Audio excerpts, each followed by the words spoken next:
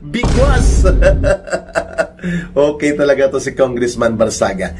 Kaya, established po na mayroong insertions, si Risa Hontiveros, tawagin man niyang amendment na pumasa sa Kongreso, whatever, explain it to the people. Bakit ka nagkaroon ng insertions? Saan mo dinala?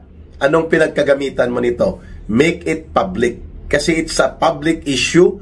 It's a matter of public interest.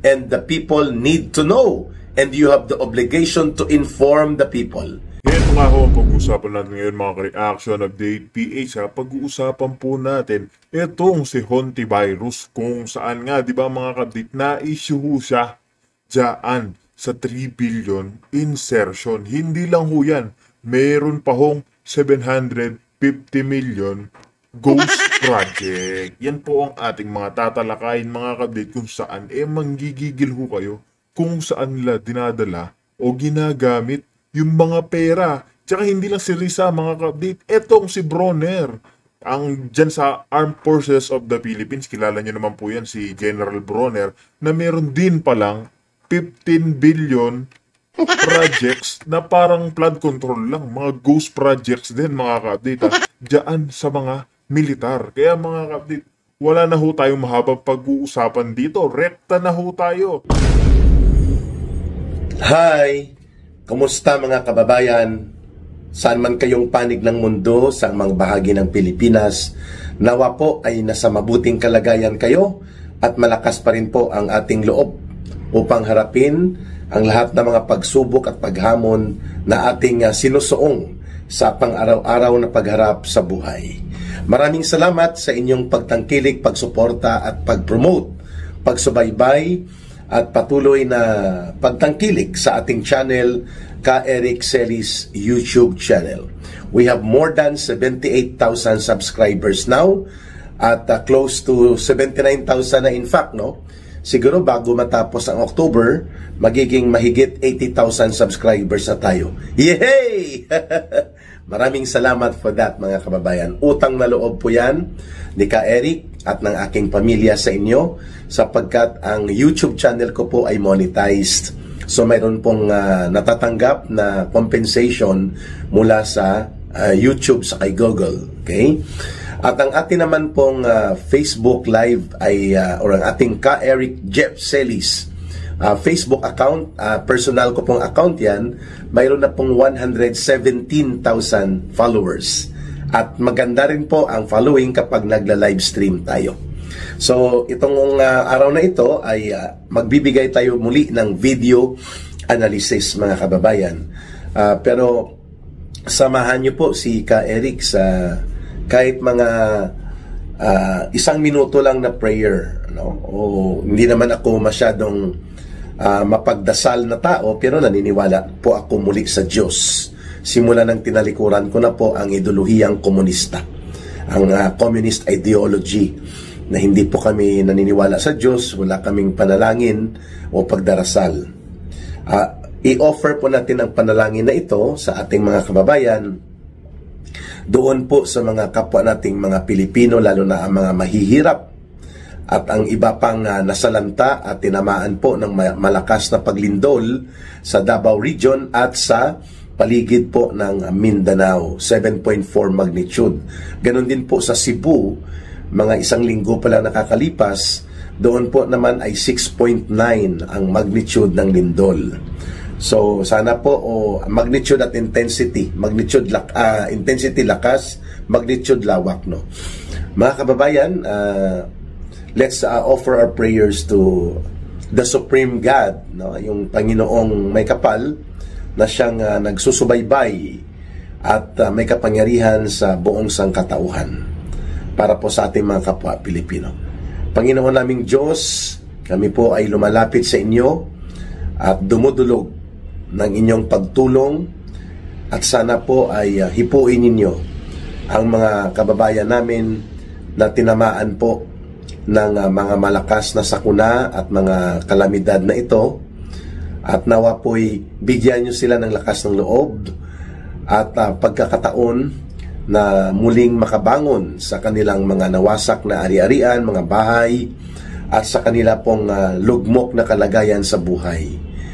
Please, bigyan mo sila ng maliwanag at positibong perspektiba na kahit po may mga kahirapan silang kinakaharap at anumang mga pagsubok ngayon na kanilang pinagdadaanan ay malalagpasan po nila at nawa po ay hindi na magiging malubha pa ang kanilang kalagayan.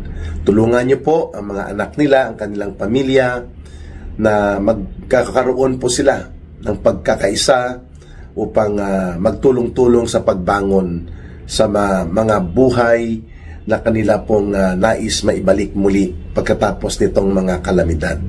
Maraming salamat, Panginoon, sa pagbibigay ng lakas ng loob at mga positibong pananaw sa aming mga kababayan, at nawa po ay inyo kaming gabayan na makabangon din kami sa mas malakas pang krisis at mga kalamidad na darating o mga gumagawa ngayon, lalo na po sa kalamidad na dulot ng gobyernong hindi matino sa aming bayan. Maraming salamat, Panginoon. Mga kababayan, kamakailan umugong itong iskandalo na ibinunyag ni Ka Tonying at nila Jerry Baha over DZRH News sa program nilang 2x2, kung saan bilanggit po nila itong 3 billion mahigit 3 billion pesos na insertions na inisponsoran at minaniobra ayon sa kanila ni Senator Risa Hontiveros. At mayroon pang component doon na isa na mga 750 million pesos flood control project ni allegedly ayon kina journalist Ka Tonying at kay Jerry Baha ay insertion din o palusot ni Senator Hontiveros. Biglang naguramentado si Risa Hontiveros at pati ang mga alipores nito, mga hilaw na komunista, to the rescue kay Hontiveros, no? Si Dilima, si Jokno, at mga taga-akbayan, sila Buengiwe, na sinisiraan lang daw si Hontiveros at ginagawa ng kwento. Ang sagot niya, hindi direkta, pero alam natin na may palusot.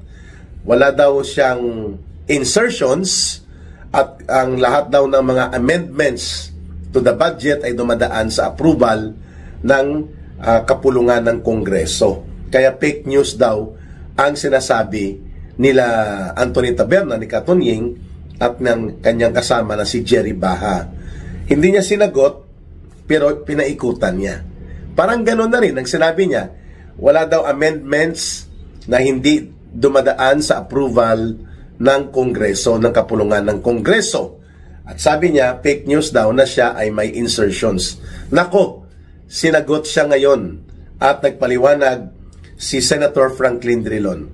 Insertion man yan o amendment, pareho lang yon. Pinakialaman ninyo ang National Expenditures Program. Ayun, bingo, boom. Kaya, mga kababayan, huling-huli sa bibig mismo ni Hontiveros na siya ay nakialam sa mga budget na ito at hindi po nakaprograma ang mga sinasabi niyang alignment, realignment, amendments, insertion. Yan nga mga ka-update, no? Kahit na anuhong pagmamalinis ni itong si Hontiveros, lilitaw at lilitaw po ang katotohanan. Diba? Imposibleng wala ho yan kinalaman dyan. Diba? Kahit na anong pagtatakip ni itong si Risa Hontiveros sa kanyang mga kabalbalan, makikita pa rin ho ng taong bayan yan. Diba? Sinabi nga nitong si Boying, bubulat-latin niya doon salin. Isa sa publiko, okay sana isa sa publiko yung mga nagtatrabaho sa gobyerno. Lahat sana Hindi yung si VP Sara lang. Okay na okay yung bubulat-latin yung ari-arian, kakalkalin lahat kung gaano ba kayaman, kung ilan yung pera. Okay lang ho yan mga ka-update Pero ang problema, ang problema ho dito kasi mga ka-update, si VP Sara lang yung pinupuruhan nila. Dapat kasama yung mga yan. Yung mga senador, yung mga sangkot, sila, di ba Hontiveros yan, 3 bilyong insertion, tas 750 million sa Goose Project. Kaya, kung bubulatin ni Boy nga, walang politika-politika, walang personalan, dapat trabaho lang. Ipakita niya rin yung sa mga amo niya. Etong sila, Hontiveros, Martin Romualdez, sila Saldico, sila Marcos Jr., si Sandro Marcos, dapat ho lahat, hindi yung pupuruhan lang ho nila, si BP Sara. Kasi nga, napaghahalataan na yung mga taong iyan. Napaghahalataan ho sila na yung pagkabayas ho nila. Kitang-kita ho eh. Diba? Kaya itong si Risa Hontiveros, oras na mabulatlat, itong salin niya, yung mga pera't ari-arian niya, malalaman ng tao kung gaano karami, kung ilang bilyon yung mga nasa bangko niya. Doon sa National Expenditures Program, may tinanggal, may inilipat at may ginawa. Kapag ganyan pong ginawa mo, may motibo. Usually, may gusto kang pakinabangan o mayroon kang motivation na makinabang. Kaya ka gumagawa ng amendment o kaya ng mga insertions. Pareho lang po yun, Senator Hontiveros. Kaya magpaliwanag ka, saan mo pinapunta? Ano ang pinagbigyan mo at ano ang iyong mga pinapuntahan ng sinasabi mong amendment, ng sinasabi mong approve alignment o realignment. Kasi pareho lang po yan sa ginagawa nila Saldico, nila Martin Romualdez, na gumagawa sila ng insertions na tinatawag nilang realignment at nagiging unprogrammed o nakaparking o nakasagasa na mga pondo na nakatago sa iba't ibang agencies of government na naging dahilan na for the last 3 years, dahil pinapayagan ni Marcos yan at pinipirmahan pa niya as budget, nakakalusot at dinadambong, ninanakaw, kinukurakot at umabot nga sa flood control pa lang ng mahigit 1 trillion pesos ang ninakaw na pundo sa kaban ng bayan with the full consent and authority given by Marcos Jr. So saan nagamit at saan napunta itong 3 billion pesos? Senator Hontiveros, magpaliwanag kayo ha. Huwag ka mag-file ng cyber libel, no? Kasi sa Lunes, papaharapin mo na naman kami doon sa Department of Justice, no? Para kami ay papanagutin sa criminal libel or cyber libel. Dahil kami, sabi mo, ay sinisira ang puri ka. My goodness. Public official ka. Ang mga ginagawa mo ay subject to public scrutiny and criticism. Bahagi yan ng aming karapatan bilang mamamayan sa aming malayang pamamahayag. O bakit ka nagagalit kapag tinatanong ka? Yan nga eh. Meron tayong freedom of speech mga ka-update. Pero pag nag-i-speech o nagbibigay ng katotohanan ng mga pahayag ang ating mga kababayan, nagagalit ho sila. Nagagalit yung mga tiwali, yung mga mongoloid na yan. Diba? Galit na galit ho sila tuwing nagsasalita yung mga ating kababayan na hindi ho nila gusto. Pero pag sila ho ang bumanat sa mga ating kababayan, gusto nila sila lang yung bida. Yan po yung katotohanan dyan. Ano ang insertions mo? At ano ang alignment, realignment, amendment po? Pareho lang yun. The same dog po yun. Magkaiba lang ang kilay ng aso. Aso pa rin po yun. Yan ang binabanggit ni Senator, former Senate President and veteran lawmaker, veteran Senator Franklin Drilon. Kay amendment, kay realignment, kay insertion, pareho yan. Ibig sabihin, nakialam kayo doon sa National Expenditures Program. May tinanggal, may inilipat, may pinaliko, may pinasuhot. O ano ka ngayon? Bistado ka. You try to go into the technicality, gumamit ka pa ng mga aliado mo para ipagtanggol ka, na sinisiraan ka dahil frontliner senator ka who is a contender to the presidential elections. Matagal pa yon. At sigurado ako hindi ka mananalo dyan. Ano man ang gagawin mo. And by the way, hindi po ito first time na na-involve si Senator Hontiveros, no, sa mga anomalya. Mayroon din pong COA report, no, at kumakalat nga ang video na yan ni Erwin Tulfo bago siya maging senador. Binabanata niya si Risa Hontiveros. Saan daw napunta at bakit hindi binalik ang mahigit 1 billion pesos sa PhilHealth nang si Hontiveros ay na-appoint sa PhilHealth ni Noynoy Aquino. There was a Commission on Audit declaration of this allowance at pinapabalik sa kanila ang allowances, bonuses na binigay nila sa kanilang sarili at sa ilang mga opisyal ng PhilHealth na umabot sa more than 1 billion pesos. At ang sabi ng Commission on Audit, ibalik. Ibinalik mo ba ito, Senator Hontiveros, bago ka mawala sa PhilHealth? At bago po niyan siya maging senador, ay marami ang nagsasabi na ang mga pundong yon ginamit din para magkaroon siya ng mga TV advertisements and ad placement in preparation sa kanyang political propaganda para sa kampanya niya sa pagkasenador. Naipaliwanag mo ba ito? Hindi. Tamimi ka, nagagalit-galitan ka, you're trying to play immaculate. Pag sinabing immaculate, walang kasalanan, ano? You're trying to portray yourself as self-righteous.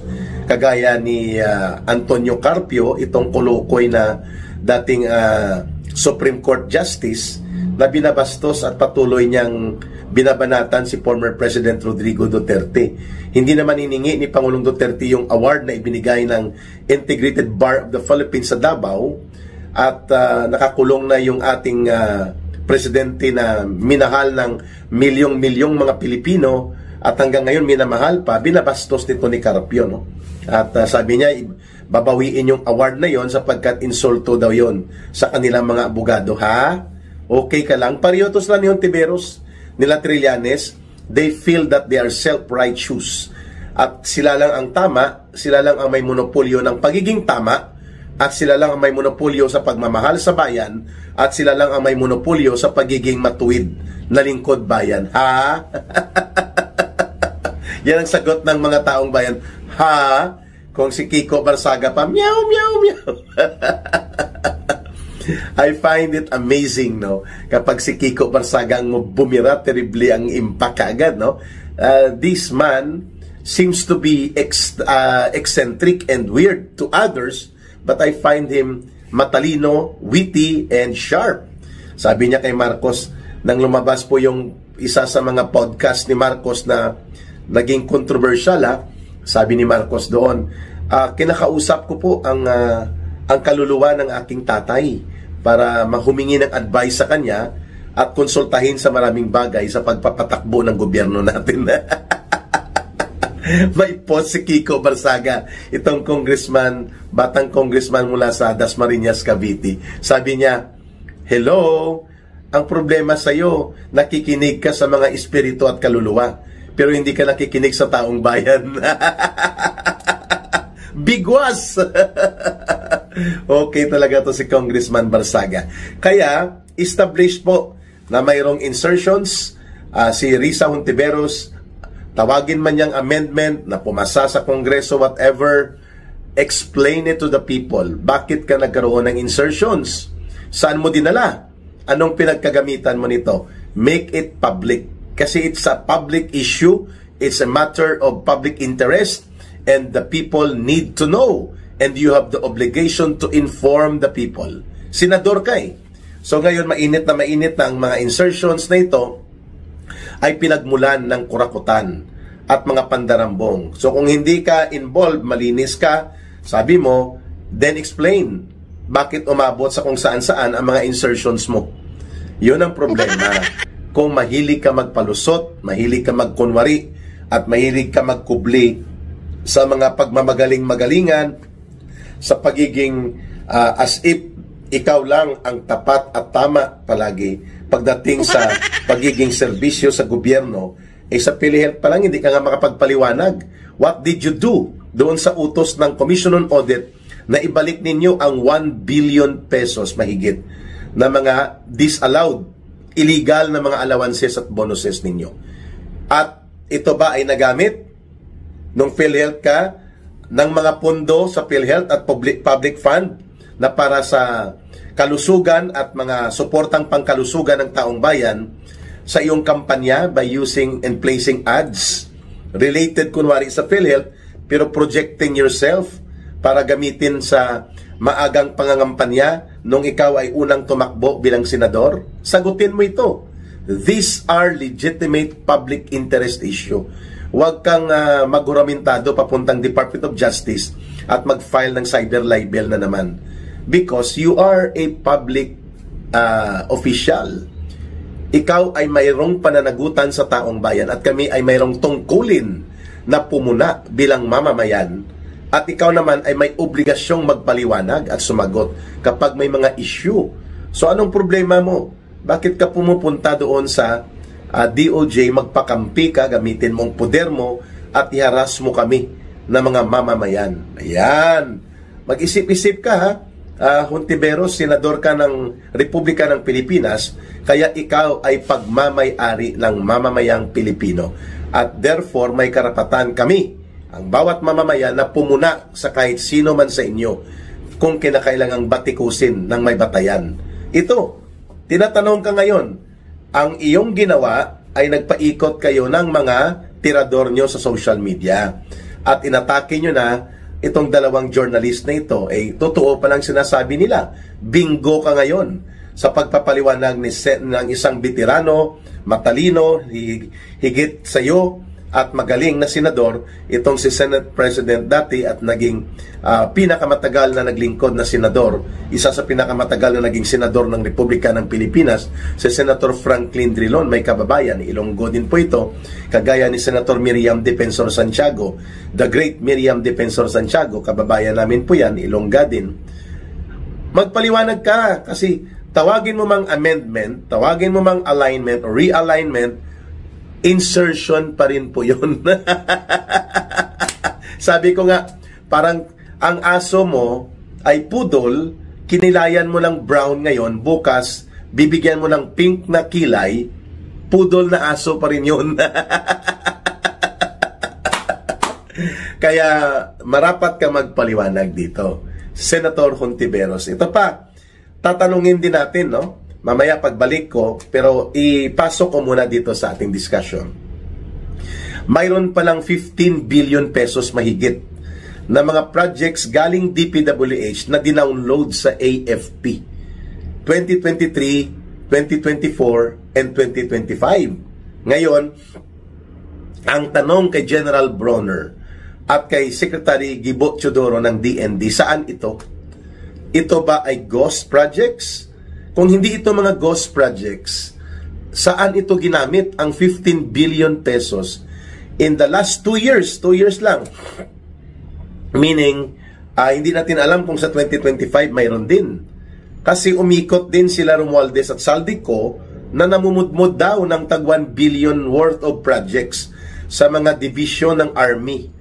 At ikino-course through sa kanilang mga division commander, hindi pa kasama ang mga cash gift nang umiikot sila.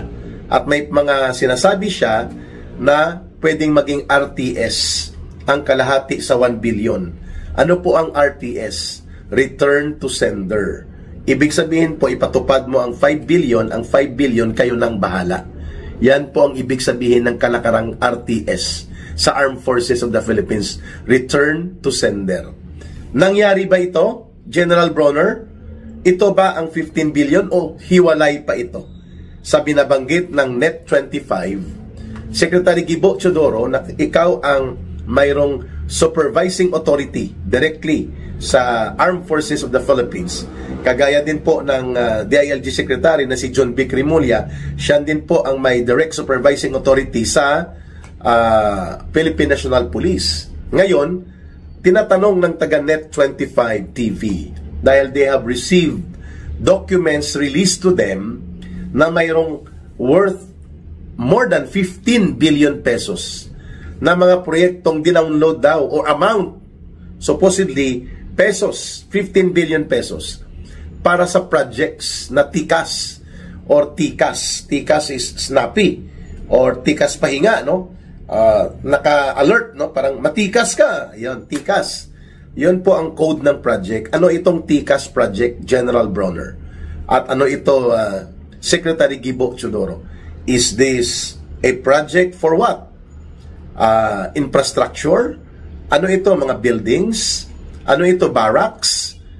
Hindi ito ang modernization program na kinaltas nila Tambaluslos at nila Saldico na pinayagan ni Marcos na 18 billion pesos for AFP modernization budget na hindi natuloy. Ngayon ang tanong sa iyo, General Bronner, you are also a servant of the people bagamat military kayo ni Gibo Chodoro, yung supervisor ninyo, ang DND secretary. Hindi naman ito intelligence fund This is not a matter of security interest na hindi nyo ibubulgar. Ano itong TICAS program? TIKAS, TICAS. Parang, TICAS pahinga. Yan, TICAS pahinga. Parang, parade rest. Yan, anong TICAS? Bakit may 15 billion pesos worth of projects ito na dinownload ng DPWH at according to the records, I downloaded na ang amount na 15 billion pesos. 2023, 2024, at may bahagi ng 2025. So ito ba ay, sinasabi kasi doon, ang insinuations, ito ay ghost projects. So pag sinabing ghost project, wala naman project, pero may pera. Ngayon, kung yan ay hindi ghost project, saan ito? Ngayon, kung yan ay ghost project, bakit? Magpaliwanag kayo. Because these are not matters that you can cover up with the claim na ito ay confidential, na ito ay intelligence-based, at ito may security cover dahil hindi ito security project, no? Infra projects ito kung nanggaling ito sa DPWH. Ayun. So babalikan natin ito kasi may lakad si Ka Eric, no? May schedule tayo at ang ating sinasabi, kailangan pong ipaliwanag ito. Bakit? Sapagkat ito po ay pera at pondo ng mamamayan. Kagaya din po ng challenge natin kay Senator Hontiveros. Magpaliwanag ka. Huwag kang magmaldi-malditahan, huwag kang magmagaling-magalingan, at huwag kang magtago sa teknikalidad sapagkat huling-huli ka, may insertions ka. At yan ang binabanggit ni Senator Drilon, amendment, realignment, whatever, it is still insertion.